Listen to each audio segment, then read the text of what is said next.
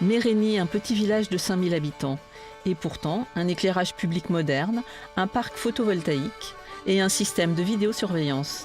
Des innovations technologiques réalisées grâce au programme pilote européen Smart Village. Pour le maire, Alexandru Birca, ce programme a changé la vie de sa commune. Grâce à la mise en œuvre de ce programme, ou plus précisément grâce aux économies réalisées, nous avons pu réinvestir l'argent dans d'autres projets, notamment éducatifs. Mais le chantier est immense. Le produit intérieur brut de la Moldavie est 4 fois inférieur à la moyenne de celui des 27. L'économie est fragilisée par la guerre dans l'Ukraine voisine et l'inflation atteint presque les 7%.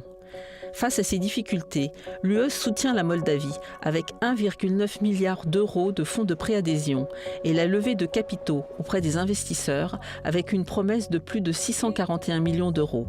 Exemple avec Jacob Bossard, PDG de Bossack. Nous travaillons pour que la Moldavie atteigne le niveau exigé par la directive européenne sur l'eau potable. Ainsi, la société belge Bossack, spécialiste du traitement technologique de l'eau, prévoit d'investir jusqu'à 51 millions d'euros. Et Fortinet, leader mondial de la cybersécurité, aide la Moldavie à se mettre en conformité avec les normes européennes, dans ce pays en pleine guerre hybride avec la Russie. Elle est une sorte de plateforme entre l'Est et l'Ouest. Elle est aujourd'hui, elle préfigure ce qui risque d'être des grandes transformations géopolitiques dans cette partie du monde. Donc elle est particulièrement attaquée dans ses infrastructures énergétiques, de santé, de transport, de télécommunications.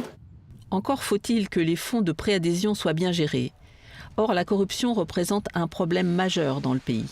Le procureur Roman Porubin souligne les avancées du parquet anticorruption. L'Union européenne nous assure avec des moyens, avec des instruments, avec des consultances, avec des formations nécessaires. Nous avons réussi de confisquer des biens, environ 49 millions de dollars.